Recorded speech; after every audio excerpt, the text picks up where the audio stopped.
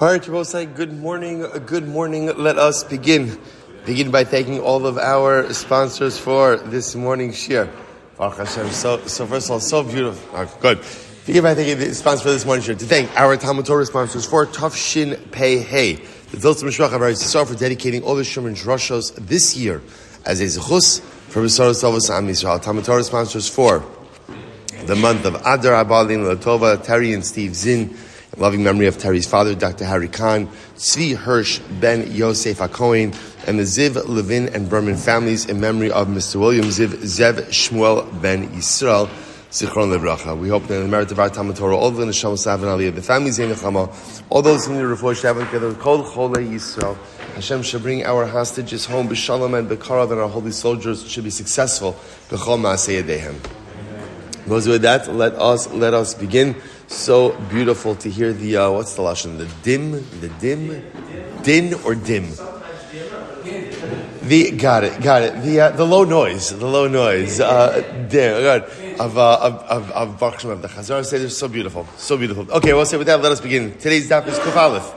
We have a lot to do today. The goal is always to come into Shabbos and Yahrzeit Hashem somewhat caught up. We're going to get there.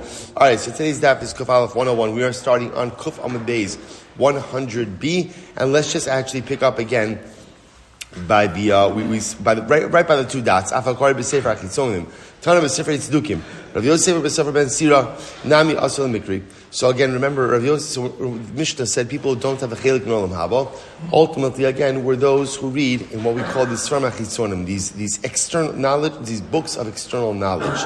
So again, one opinion said the book of the tzdukim, second opinion said the book of Ben Sira. Ben Sira, which was this composition of knowledge. So the Gemara says, Rabbi says, my time. Well, what's the reason? What's so bad about Sefer Ben Sira? So it's a really interesting Gemara over here.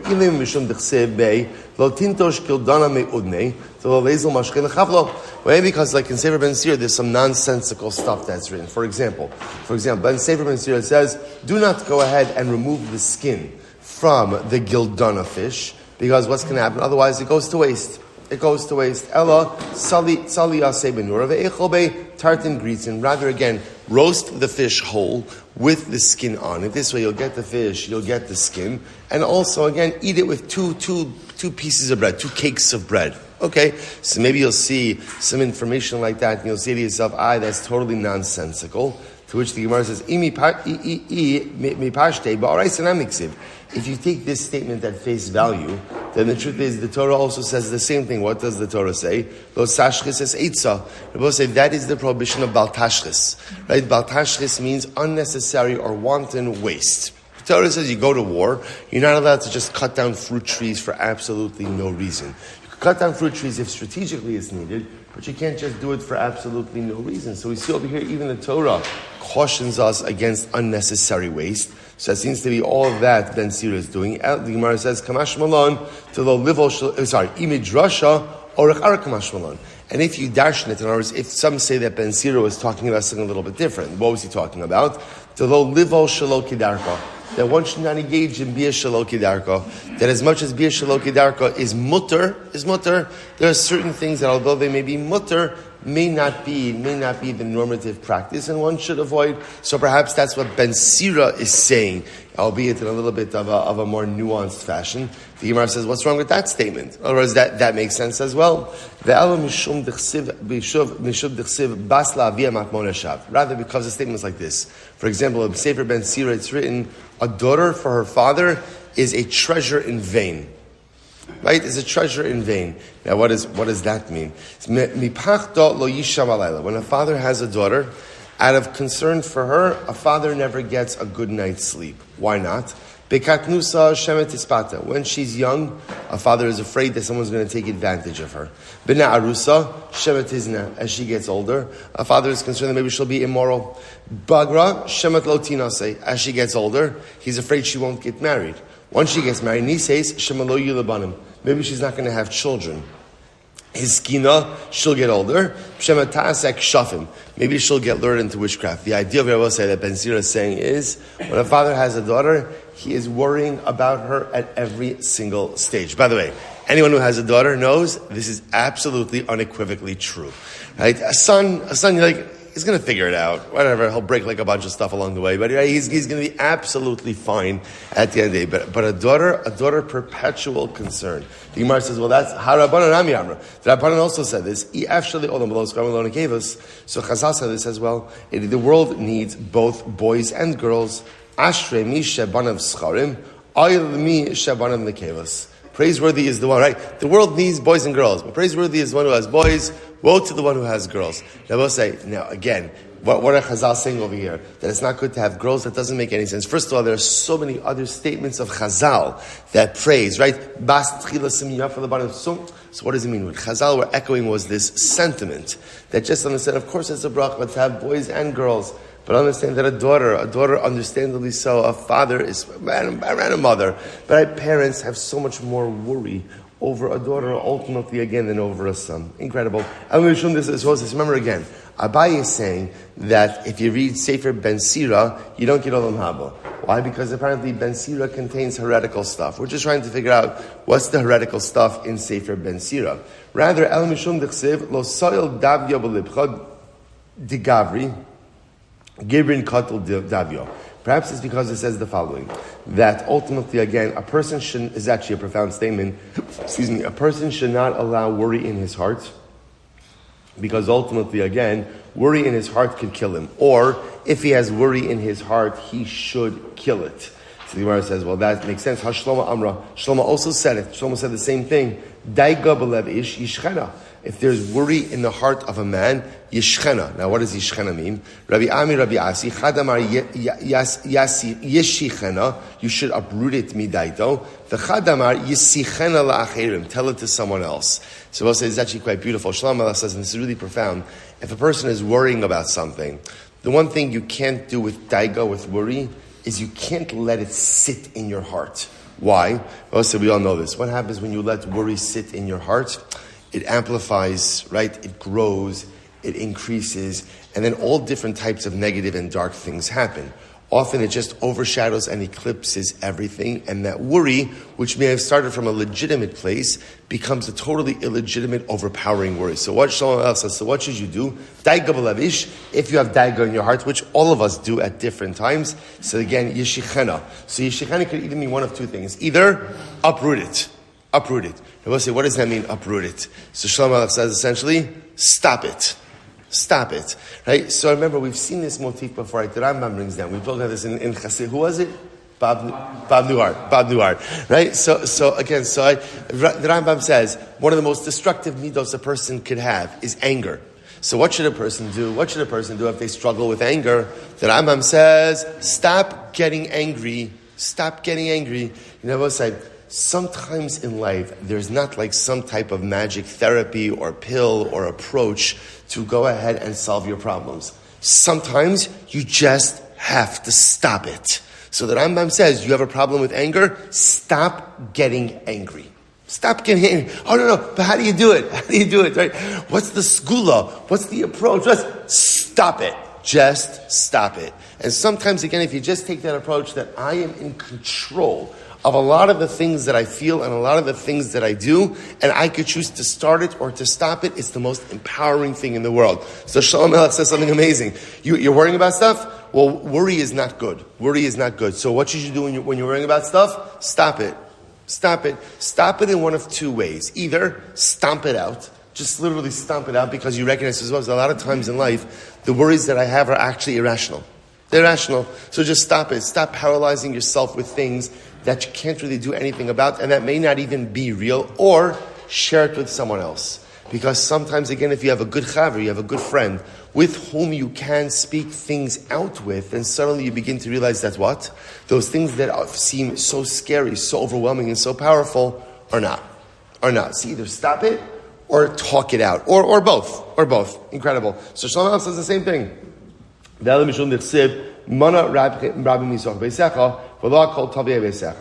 because Ben Sira says stuff like this. Don't allow a lot of people into your house, right? And don't bring everyone home with you. Rabbi said the same thing. A person should not bring home too many friends into his home. So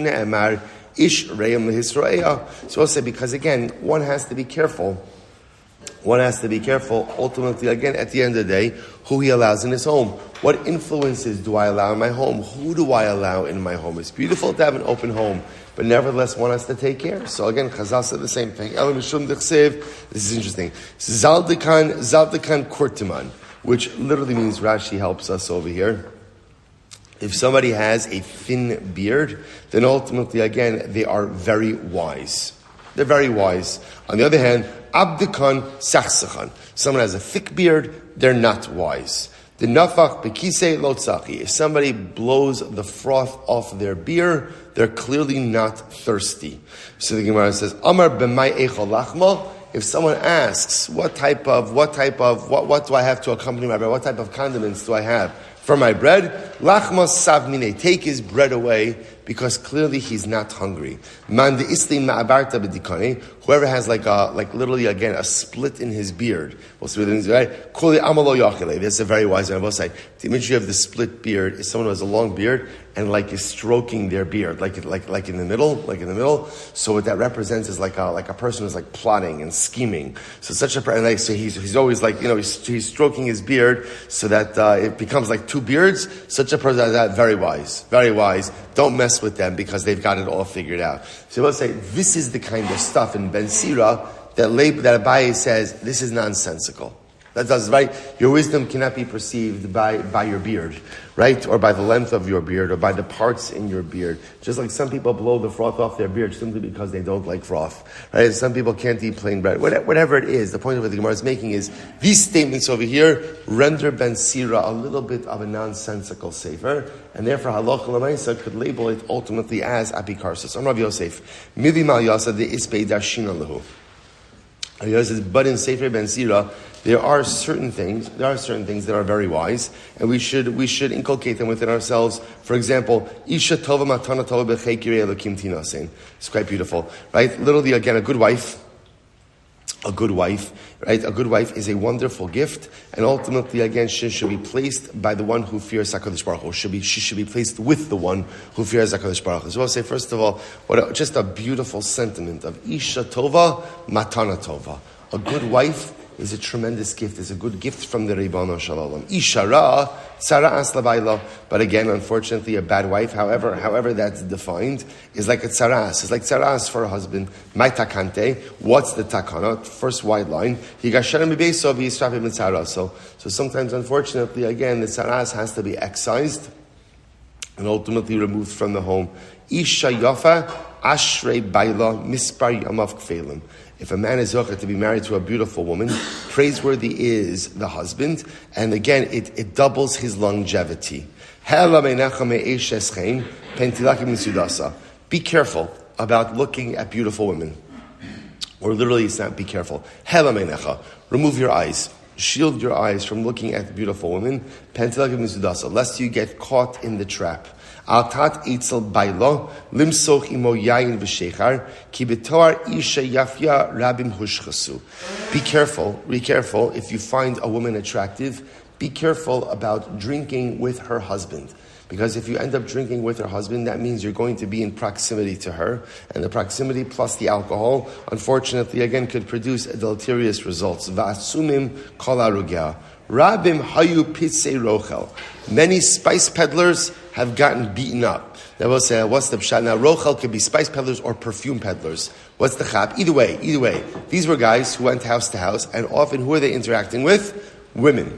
So what would happen? A man would come home, he'd find this spice peddler or this perfumer in his house. He would not take kindly to that, and what would he do? He would beat the guy up because he suspected him of doing something with his wife. So literally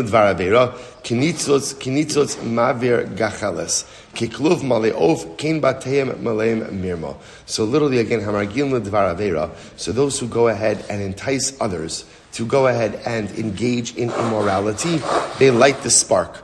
I must say, with Chazal always tells us, all of us, really Chazal, so that all of us are prone to immorality. And so again, even if a person could exercise certain restraint, all I need is for someone to light the spark, and I'm in. It takes very little to convince us to engage in immoral behavior. So someone lights the spark, and suddenly, again, unfortunately, I'm involved in it. This is what we saw before. Literally, again, don't allow everyone into your house, right? Literally prevent the masses from coming into your home, and don't bring everyone home with you. Be careful about the influences that you allow into your house. Have a lot of friends. Have a lot of friends. It's good to have friends. However, so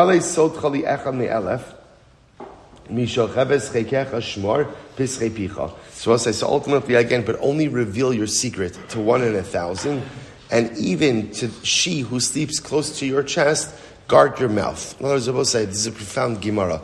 So again, have a lot of friends, but make sure that you only reveal your secrets to certain people. To certain people, because again, you reveal your secrets, they'll get out. Rabbi says, it's interesting, the Gemara says, even to your wife, be careful what you share. Rabbi said, this is an interesting yesod. What does this mean? Rabbi Dr. Abraham Twersky, spoke about in the context of marriage. He says, people think that in a good marriage, you share everything. Just share everything. First of all, no one shares everything, right? Can you imagine coming home telling your wife, let me tell you what I was thinking about today, right? That would be a disaster. That would be an absolute disaster. So Twersky says that it's important in life to share the things that are either important to your marriage or that your spouse can help you about. He gives an interesting example. He says, let's say something's bothering you, and there's absolutely nothing anyone could do about it. He says sometimes people want to share because they want to unburden themselves. But just understand, that's called selfish sharing. So I'm taking it from me and I'm giving it to my wife. What can my wife do about it? Absolutely nothing. Absolutely nothing. But like, whoa, I feel so much better right now that I got that off my chest and I feel better. Meanwhile, what you've just done is you've burdened someone else with that very same thing that was burdening you. So now your wife is distressed by it, but Lamaisa and can't do anything about it. Now sometimes you have to share certain things, but again, it's just an interesting mindset that lav dafka, that good marriage means sharing everything. It means sharing the things that are necessary and recognizing that sometimes there is a concept of selfish sharing, where I just want to unburden myself, give it to someone else. That's not good marriage. Sometimes that's selfish behavior. It's just an interesting yesod. Gemara goes weiter. This is great Gemara. Do not worry about the worries of tomorrow. Kilo seda ma yoled yom. Because you don't know what's going to happen today. Maybe tomorrow you won't even be alive. And you are distressed about a world that is not even yours. We'll say this contradicts another popular Maimar Chazal, right? Maimar Chazal that says, don't stop thinking about tomorrow, right? Well, apparently, you are supposed to stop thinking about tomorrow, right? And I will say, this is an incredible Yisrael, and life is this incredible balance, right? Between, on one hand, you have to be a future-focused person. You can't not think about the future. You have to think about the future. Right, but at the same time, again, people spend so much time worrying about the future. Gemara says, what are you worrying about?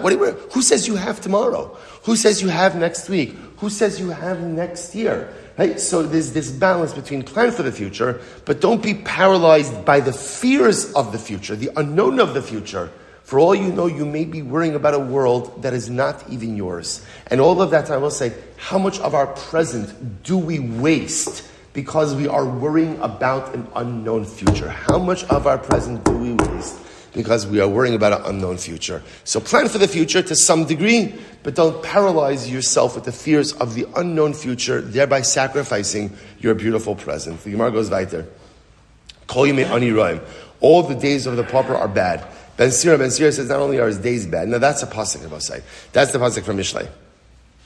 Right, that kol yimei ani roim. All the days of the pauper ultimately again are bad. That's Shalom Melech. Ben Sira added af leilos. Even his nights are difficult. How so? The Gemara said b'shafal gagim ganu, because again the pauper's roof is generally below other people's roofs. And mamarim harim karmo, and his vineyard or his fields are usually at a higher elevation.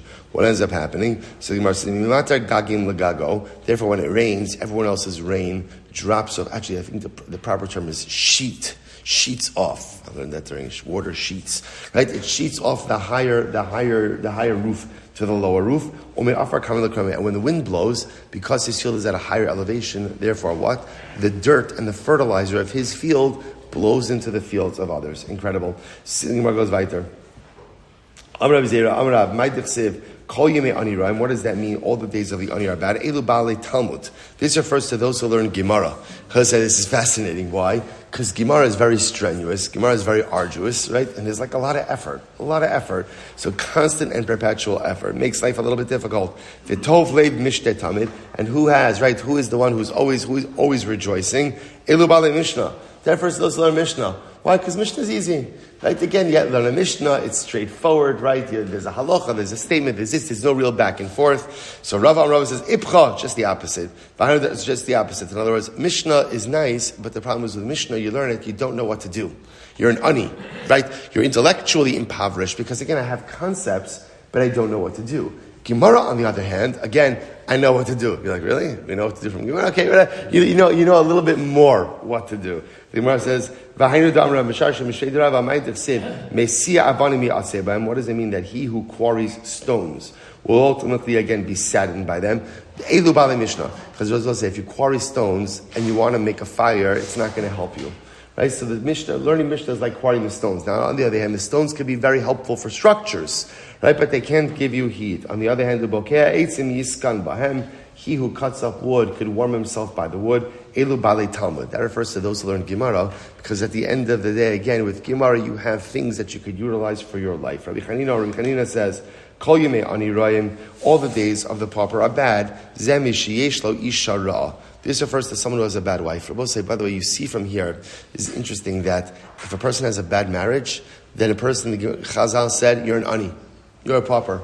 You're a pauper. You could have all the money in the world, but if I don't have shalom bayis, I am impoverished. Rabbi say, we know this from life. If you have shalom bayis, you pretty much have everything. You have everything. Even if you don't have everything, you'll figure out a way to get everything. Don't have shalom bayis, ultimately, again, a person is fundamentally impoverished.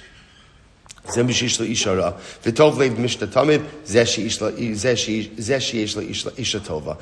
mean when it says that again, tov leiv, a person with a happy heart is constantly rejoicing? That refers to a person who has a good wife. That refers to a person who has shalom bayis. Incredible. Rabbi Yana says, Kol Yemei Ani Raim. What does it mean? All the days of the pauper are bad. Ze istinis. So I'll say this refers to a person who's very sensitive. It doesn't, not talking about emotionally, right? It means istinus is like a person like he can't stand any type of physical discomfort, right? If he can't stand any type of physical discomfort, then again, everything is bothersome. It's too hot, it's too cold, I can't look at this food, I can't eat this, I can't eat this, everything is a problem. So again, a person like that is perpetually uncomfortable, and therefore life is bad. On the other hand, the tov leiv mishteh tamid, ze shedaito yafa. It will say, it's such an incredible Gemara. What does it mean, daito yafa? Do you know what daito yafa means? It will say, you know what daito yafa means? It's a person who knows how to roll with it. You don't need everything exact. Right? And there are people like this. Everything has to be, they call them yakas, right? Everything has to be like this, right? Everything has to be, sorry. Right? You're good. Right?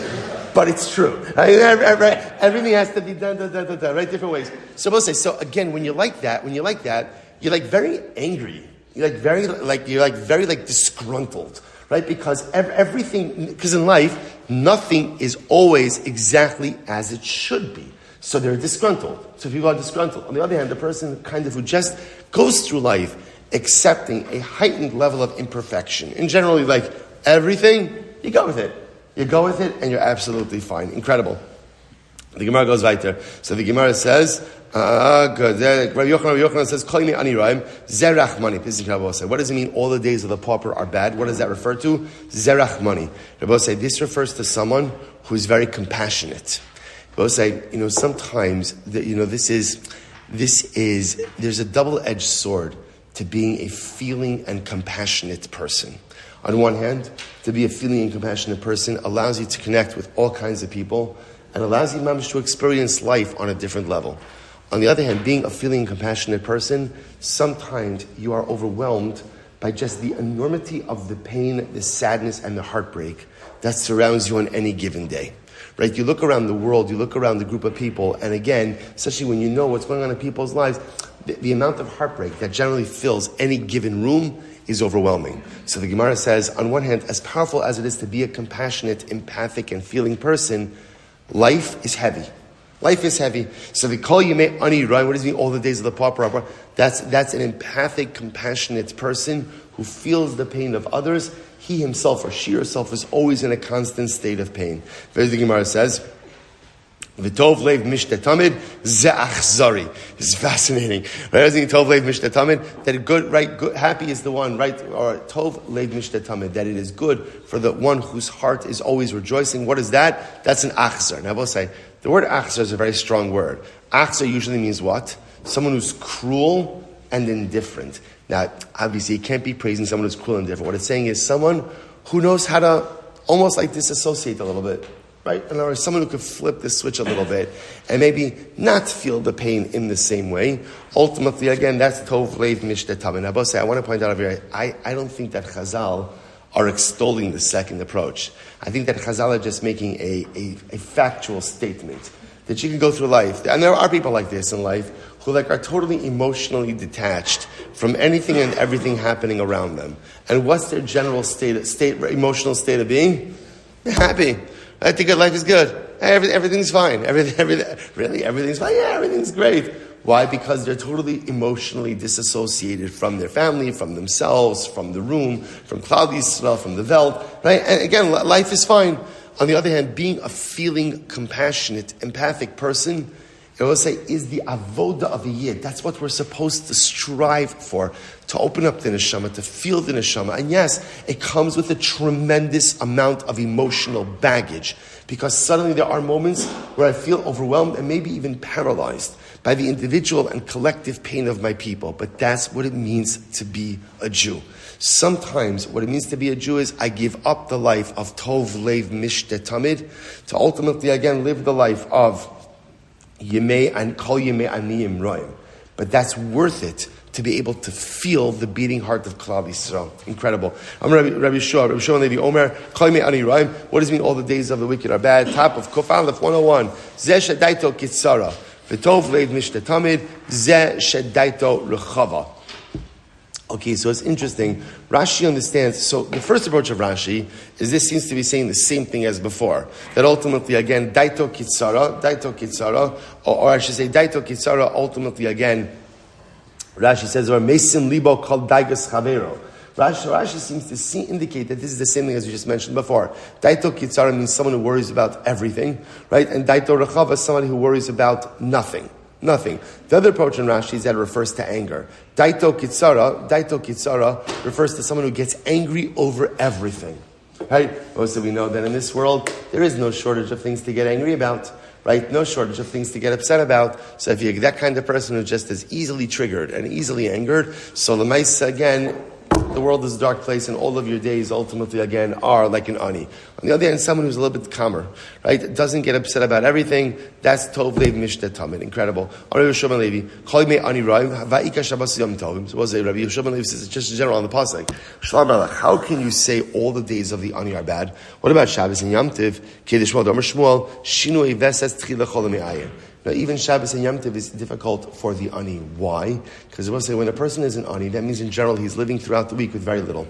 When it comes to Shabbos now, he has more food, more drink. That change is actually difficult for him. And we'll say, what's the takeaway message over here? Change is difficult. Change is difficult, and change is often a shock to the system. Shinui veses tchilas cholim me'ayim. A change in your normal right of what's a veses. Right, the veses is a regular pattern. A change in your regular pattern often could go ahead and be a shock to the system. Incredible. Tanabanon. Hakori pasuk shal shir hashirim va'osa kimin zemer. So I'll say if a person reads a pasuk from shir hashirim and he makes it into a song, so he's not learning. He's just kind of making it into a song, or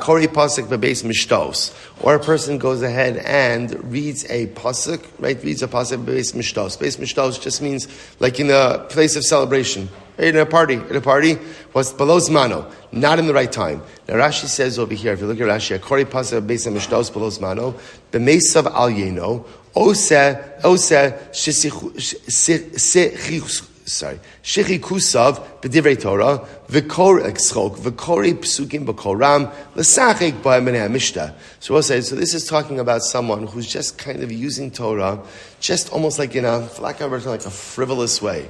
I'm at a party, I'm drinking wine with my friends, and I start singing psukim, not in the context of learning, not really even in the context of dvarim shebektusha, just quoting psukim ultimately for entertainment purposes. So what happens? Maybe ra'al olam, brings evil to the world. Torah itself puts on sackcloth, comes before HaKadosh Baruch Hu, va'omeres lefanav ribono shel olam asauni banecha ki kinur shemenagnin bo leitzim.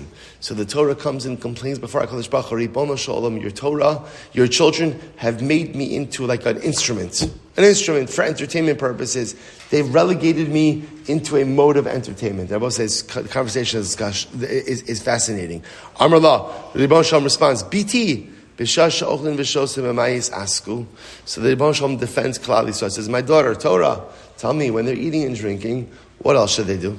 In other words, the Ribbon Shalom is defending it. Isn't this good? Isn't this good? You know, when they're eating and drinking. So again, they have to be doing something to entertain themselves. So isn't it beautiful that they're entertaining themselves with Torah? So the Gemara says, Amar lefanav ribono shel olam im balei mikra hein yasku b'Torah, b'nevim iksuvim, im balei mishnah hein yasku b'mishnah b'halachos v'agados, im balei Talmud hein yasku b'hilchos Pesach, b'Pesach, b'hilchos atzeres b'atzeres, b'hilchos chag b'chag. So Torah says, no, I'm not for entertainment. Let them learn.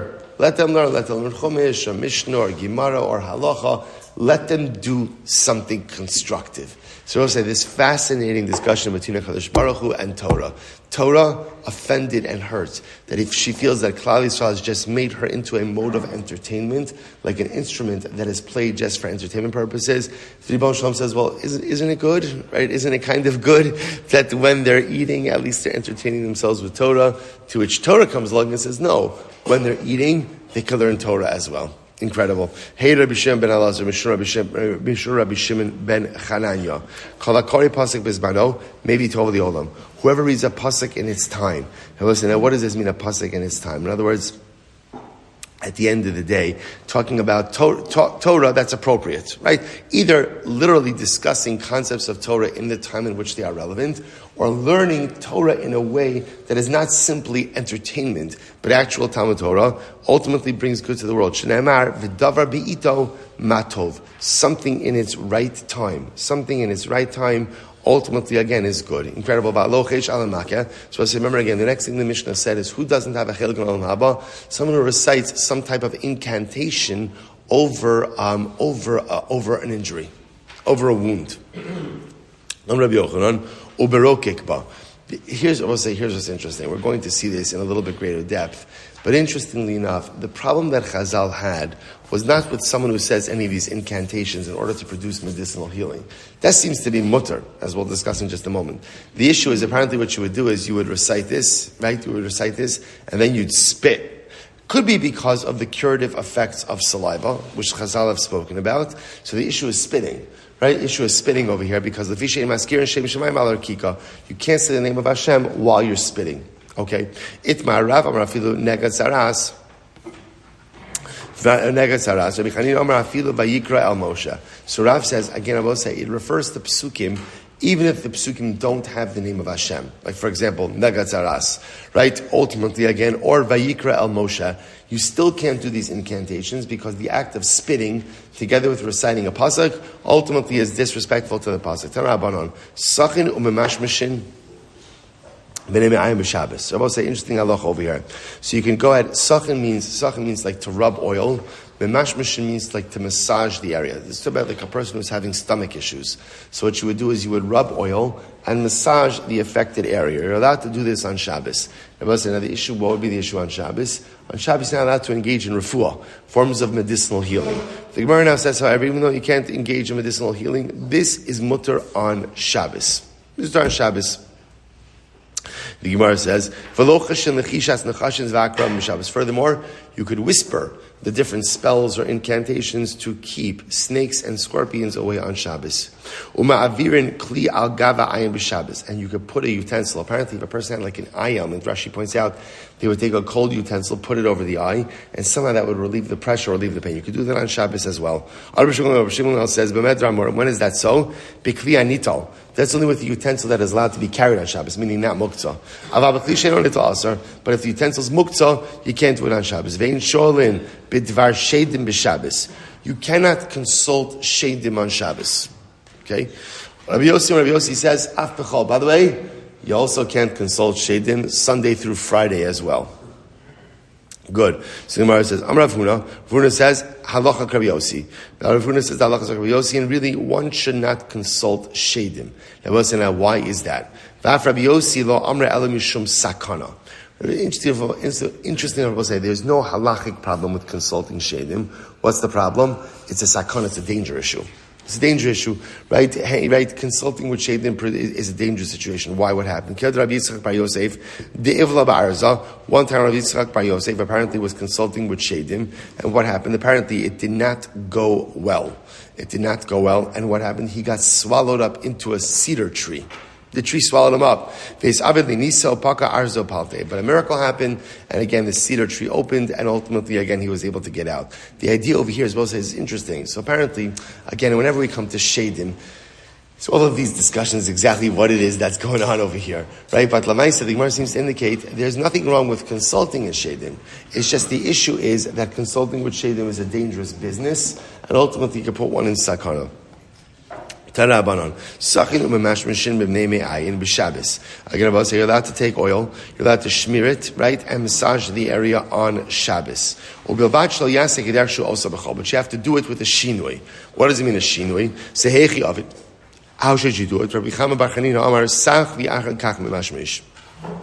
Put the oil on and then massage afterwards. Rabbi Yochanan Amar, no, just the opposite.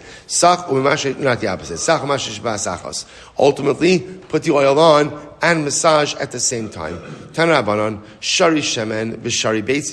Sare Shemen v'Sari Beitzim mutar l'shalba. So apparently, there were certain shedim that were associated with oil and certain shedim associated with eggs. Right? Might explain the price of eggs, by the way. Right. But Lamaisa, so shedim associated with oil, shedim associated with eggs. You are allowed to consult these shedim. Okay? The Gemara says, but rather, the reason we don't do it, why don't we do it? Because apparently they lie. So in other words, we'll say, what you begin to see over here is something very interesting. Apparently, talking with shedim is not kishuf, it's not sorcery. So you're allowed to do it, but just understand the Gemara says that the information you get is unreliable, because often they lie. Lo chashin al shemesh shebekli. Again, you could take oil from a utensil and use it like you could literally whisper over it for medicinal purposes. But you cannot use oil that was held in the hand. So you'll see about this that apparently oil held in the hand ultimately again is subject to shedim. Therefore, you go ahead and smear. You could use for yourself oil that was held in a hand, but not oil that was held in a kli. Rabbi Yisrael bar Shmuel went to a particular inn. They brought him oil that was in a utensil. Shaf, he smeared some on his face. He broke out with boils. Nafak l'shuk, he went out to the marketplace. Chazisyahu isisa, so there was a particular woman who saw her, and this woman apparently was versed in shedim. Amra zeka de chamas kachazina hacha. I see the shade chamas. The shade chamas, that's all over you. Okay? Avdale milsa besi, she did some type of spell, something, and he was healed. Incredible. So I just want to point out, sometimes you see these stuff about shedim and you're like, what is all this stuff? What's always important to understand is as follows. There is much to this world that we don't understand. There are many forces in this world that we don't understand. What's this whole story with shedim? No idea. What's the takeaway with shedim, with any gemara with shedim? The takeaway is very simple. There is more to this world and there is more to this life than meets the eye. So whenever you see these Gemaras, never be disparaging, never be dismissive, because when you take a disparaging or dismissive approach, that presupposes that you know how the world works and you know what's going on. At the end of the day, again, the Musar Haskell is there's so much more than meets the eye with everything in this world. The Rebbe runs a very complex universe, and one thing is for sure, there are many things that defy our comprehension. The Gemara goes weiter. This is a beautiful Gemara. Amali Rabbi Abba l'Rabbi Bar Mari. Ksiv, on one hand, the pasuk says, pasuk says, all the sickness that I visited upon Egypt, I will not visit upon you, because I am Hashem, your healer. So the Gemara says the pasuk is inherently contradictory. If Hashem is not going to visit the sickness upon us, then why do I need him to be my healer? Right? It's a good kasha. To which the Gemara says, Amar lehachi Amar Rabbi Yochanan. This is Mikra Zemi Asmon Midrash. This is what the pasuk means. Shnei Amar, Vayomer Hashem. Hashem says as follows: Im Shema Tishma L'Kol Shema L'Kecha. In Tishma Lo Asim. Hashem says like this. Here's the deal. If you listen to me, I will not visit sickness upon you. Ve'im Lo Tishma Asim. But if you don't listen to me, I will visit sickness upon you. But even if you don't listen to me and I visit sickness upon you, even though all that happens, Ki ani Hashem rofecha, ultimately I'll heal you. Both say, hear this? This is the most absolutely incredible thing. Chodesh Baruch Hu is like this. Here's the deal. If you listen to me, I will not visit sickness upon you. If you don't listen to me, I will visit sickness upon you. But even if I do visit sickness upon you, I will heal you.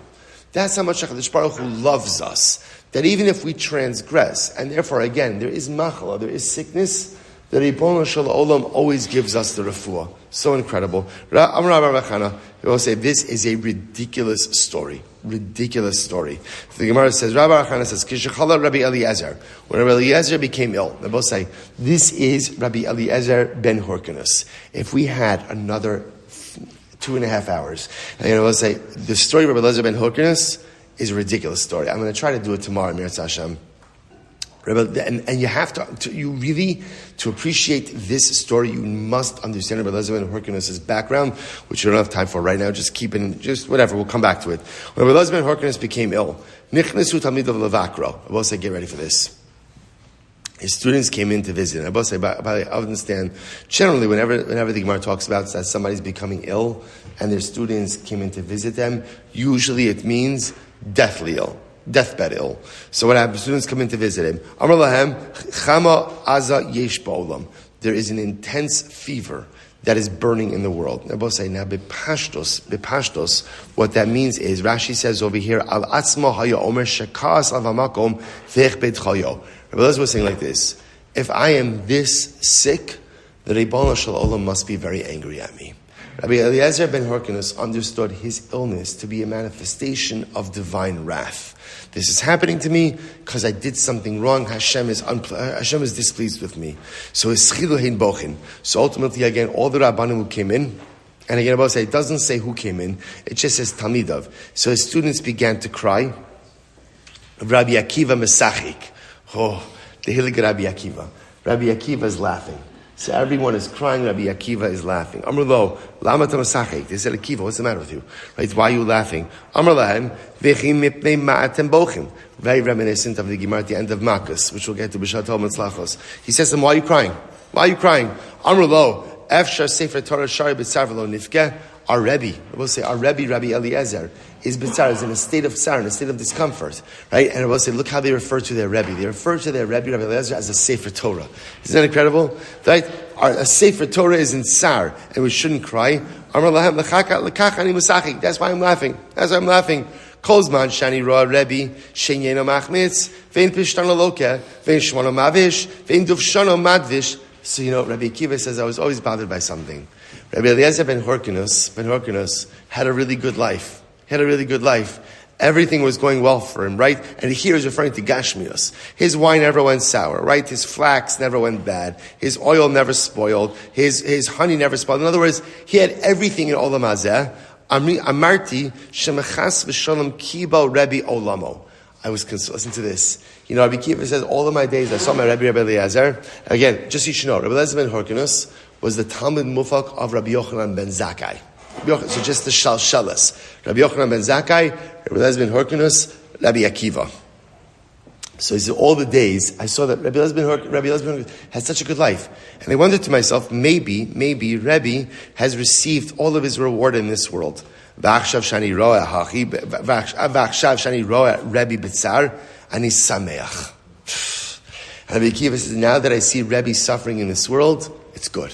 It's good, I'm happy. I'm happy because what that means is that, now, understand what Rabbi Akiva was saying. What it means is that my Rabbi has done Averos. He's done Averos. Hashem is extracting punishment for those Averos in this world. So that my Rabbi Elazar should have a beautiful Olam Haba. Incredible, what is Rabbi Akiva. So Amar lo Akiva, Klum chasarti min HaTorah kula. So I will say, Rabbi Elazar is a little bit taken aback. He says, Rabbi Akiva, tell me, what Averos did I do? Tell me what I did. What did I leave anything out of the Torah? Did I not do anything? Tell me what you think I didn't do. Amar lo. So Rabbi Akiva says, Rabbi, I can't tell you what you did wrong, but I can tell you one thing. Rabbi, you taught us. That there is no person in this world who is completely righteous, who only does good and doesn't do bad. As Rabbi, if you're a human being, that means what? You committed Averos. You committed Averos. And if you committed Averos, that means there needs to be retribution for the Averos. And Baruch Hashem, I'm so happy. So Rabbi Akiva speaking, I'm so happy that retribution is coming in this world. Because that paves the way ultimately again for a licht olam haba, for a beautiful world to come. It was incredible. Absolutely incredible. The Gemara goes weiter. Kish-tan Rabban, another story about Rabbi Elazar. Kish-echal Rabbi Eliezer. Another story about Elazar. Again, it could be the same story, same illness, different illness. And I will say, by the way, I just want to point out, just to understand, this story makes so much sense because one of the great parts about Rabbi Akiva was his ability to contextualize suffering as a gift from HaKadosh Baruch Hu, right? The same Rabbi Akiva, when the Romans are literally flaying the skin off his body, said, I always wondered to myself, when will I have the opportunity to fulfill the pasuk of V'ahavta Hashem Elokecha b'chol levavcha? So again, this is Rabbi Akiva has this overwhelming understanding of the role of the positive role of suffering in this world. Incredible. So much more to say in this Gemara. Let's go by to TORAH Banon. Kishachal Rabbi Eliezer, nichnesu arba zekinim levakro. Rabbi Eliezer was ill. 4 elders came in to be mevakir chol. Rabbi Tarfon, Rabbi Yeshua, Rabbi Elazar ben Azariah, and Rabbi Akiva. Okay. Na'aneh Rabbi Tarfon va'amar.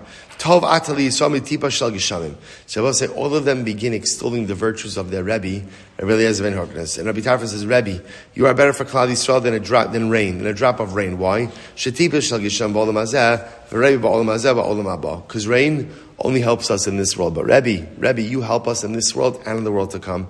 Now Rabbi Yeshua Amar, Tov atali Yisrael Yosef migal gal chamo. Rabbi Yeshua says, Rabbi, you are better for us than the sun. Shegal gal chamo ba'olam hazeh, v'Rabbi ba'olam hazeh ba'olam haba. Sun is good in this world, right? But Rabbi, you are good for us in this world and the next world. Now Rabbi Elazar ben Azariah va'amar Tov atali Yisrael Yosef me'av va'im. Rabbi Elazar ben Azariah says, Rabbi, you are better for us than a father and a mother. Why? Sha'ava in ba'olam hazeh. A father and a mother are helpful in this world. V'Rebbe ba'olam hazeh ba'olam haba. I will say, such an incredible idea, right? My father and my mother, they're good for me in this world, but my Rabbi, good for me in this world and in the world to come. So what happened? Nan Rabbi Akiva. So I'll say this is pretty wild. Rabbi Akiva comes along and he says to Rabbi Eliezer, Chavivin Yisurin. What does Rabbi Akiva say? Rabbi Akiva does not extol the virtues of his Rabbi. So what Rabbi Akiva says is, suffering is good. Suffering is good. So Amar Lahem, Samchuni Vesha Devri Akiva Talmidi. So listen to this. Now this whole time Rabbi Elazar ben Horknos is like laying down. He's hearing all of the praise. Again, it's nice, right? What does the praise do? Fine. Rabbi Elazar is not going to let it go to his head. So what does he do? Akiva says, suffering is good. Rabbi Elazar says, help me sit up. Help me sit up. I want to hear exactly what it is that Akiva is saying. So the Gemara says, Samchuni, right, literally help me sit up. Ve'eshma divrei Akiva talmidi. Sha'amar chavivin yisur. Amar lo Akiva, zuminayin lecha. So Rabbi Elazar says, Akiva, where do you know this from? From where do you know that suffering is good? Amar mikra ani doresh. He says, Rabbi, I darshan a pasuk. Ben shtemes ve'shana menashta b'malcho v'chamisha shana malach b'Yushalayim v'yas hara b'nei Hashem. King Menashe was reigning. What was the longest serving monarch? He served for 55 years. So what happens? He was ben 12 shana Menashe Malacho, right? He was 12 years into his reign, right? And ultimately, again, he was doing the most terrible things. Menashe was a tremendous sinner. Amud Beis. Gam eila mishlei shlomo asher etiku anshe Chizkiah melech Yehuda. V'chi Chizkiah melech Yehuda l'chala olam kulo limei Torah. U'lo Menashe b'no lo limei Torah. So just get ready for this, by the way. Get ready for this. Who was Menashe's father? Who was Menashe's father? Chizkiah. Right? Chizkiah, both say, remember again. Remember we learned about Chizkiah? Well, what do we learn about Chizkiah? Two things about Chizkiah. Number one, what do we learn about him? He could have been Mashiach. Number two, what do we learn about him? There was no other time in Jewish history that there was so much Jewish scholarship. Every man, woman, and child knew the halachos of Tumah and Tara. Right? Migvas adan tipris. Everyone knew everything. So Gemara says, one second. So Chizkiah taught Torah to Gans Chal Yisrael and to his own kid, he didn't? Right? Chizkiah, Mashiach. And yet he has a son like Menashe, who again was a tremendous Rasha Oved Avodah Zarah. So the Gemara says he taught Torah to Kol Klais. Of course, he taught Torah to his kid. Ella mikol torach shetarach bo mikol amasha amabo lo ha'alu lemutav eli yisurin. You're right. Of course, Chizkiah taught Torah to his son. But I will say, you know what? It's not the Torah that turned around Menashe. Because Menashe became about tshuva, as we'll see in just a moment. It wasn't Torah that turned him around, but rather what was it? Suffering. Suffering turned Menashe around, not Torah. Where do we see Shneimar? Listen to this. Vaydaber Shema Menashe ve'alamo v'lo yakshivo. Hashem gave Menashe a message through the Navi. He said, Menashe, get your act together, or I'm going to bring an enemy against you. Menashe didn't listen. Vayave Hashem aleim es sarei atzar shalamelech Ashur. So Ashur, marches on Yerushalayim. Vayilkudu es Menashe b'chuchim, vayasru b'nechushtayim, vayalichiu b'avela. They captured Menashe, and they brought Menashe to Bavel. Uksiv, ubeheitzar lo chila es pnei Hashem elokav, vayichna ma'od milefnei Hashem elokei avosav, vayispala elav. Menashe, while chained in Bavel, becomes a Baal Tshuva. He cries out to HaKadosh Baruch Hu. He says, Ribono shel olam, save me. Vayishma lo, vayata lo, vayishma tchinosav, vayeshivu liyushalayim malchuso, vayeda Menashe ki Hashem hu ha'elokim. So I'll say, amazing of Menashe becomes about tshuva. And what caused Menashe to become about tshuva? What caused him to become about tshuva? His suffering. When he was incarcerated, mistreated, abused in captivity in Bavel, that's when he found God. Menashe found God in jail. He found God in jail. So I'll say, Rabbi Akiva, what do you see from here? Right? Now, by the way, Pashtus, right, Menashe was learning Torah with his, he probably had a chavrusa with his father every single day. King Chizkiah could have been the Mashiach. But yet that Torah did not change him. What changed Menashe? Suffering. Rabbi Akiva says, what do you see from here? Suffering changes people. So again, remember, so just to understand the whole story of this, right? Remember again, everybody's coming in to be Mavakir Chola Bar Belazben Horkanos. Everybody's extolling the virtues of the Rebbe. They get to Rabbi Akiva. Rabbi Akiva says, Rabbi Chaviv, suffering's good, no? Suffering's good, no? Rabbi says, where'd you get that from? To which Rabbi Akiva says, I got it from Menashe. Incredible. Tana Banan. They will say, so by the way, like I said, just keep on, I have to come out to Belazben Horkanos, hopefully tomorrow. Tana Banan. Shlosha Bo Ba'alilo. There are three people, I will say it's incredible. There are three people. And I will say once again, this is the godless of Rabbi Akiva, the ability to contextualize suffering and to see that suffering offers the incredible opportunity for personalistic change and just self-transcendence. I will say again, no one wants it. But Rabbi Akiva says, once you have it, use it. So the Gemara goes weiter. There are three people who ultimately again came. Now Ba'alila means they came to HaKadosh Baruch Hu with an irrefutable claim. Now, alila usually has like a negative connotation, like they're coming with like a little bit of like a cunningness associated with them. But in fact, what it means is they came with a claim that HaKadosh Baruch Hu couldn't refute. Anyway, who are the three people? Cain, Esav, Menashe. Cain d'chsiv, gadol avonim and so. After Cain kills Havel, he says, Ribono shel olam, my sin is too great to bear. What does this mean? Ribono shel olam, klum gadol avonim mishishim revo shasidi lachto lefanecha v'ataslech lahem. So listen to this. Cain says, HaKadosh Baruch Hu, tell me, is my sin worse than the sin of the golden calf? Right? Is my sin worse than the Chet HaEgel? And yet again, you will forgive Klal Yisrael for the Egel. If you could forgive them for the Egel, you certainly could forgive me for my sin. And HaKadosh Baruch Hu says to Cain, good gesagt, right? You're saying good.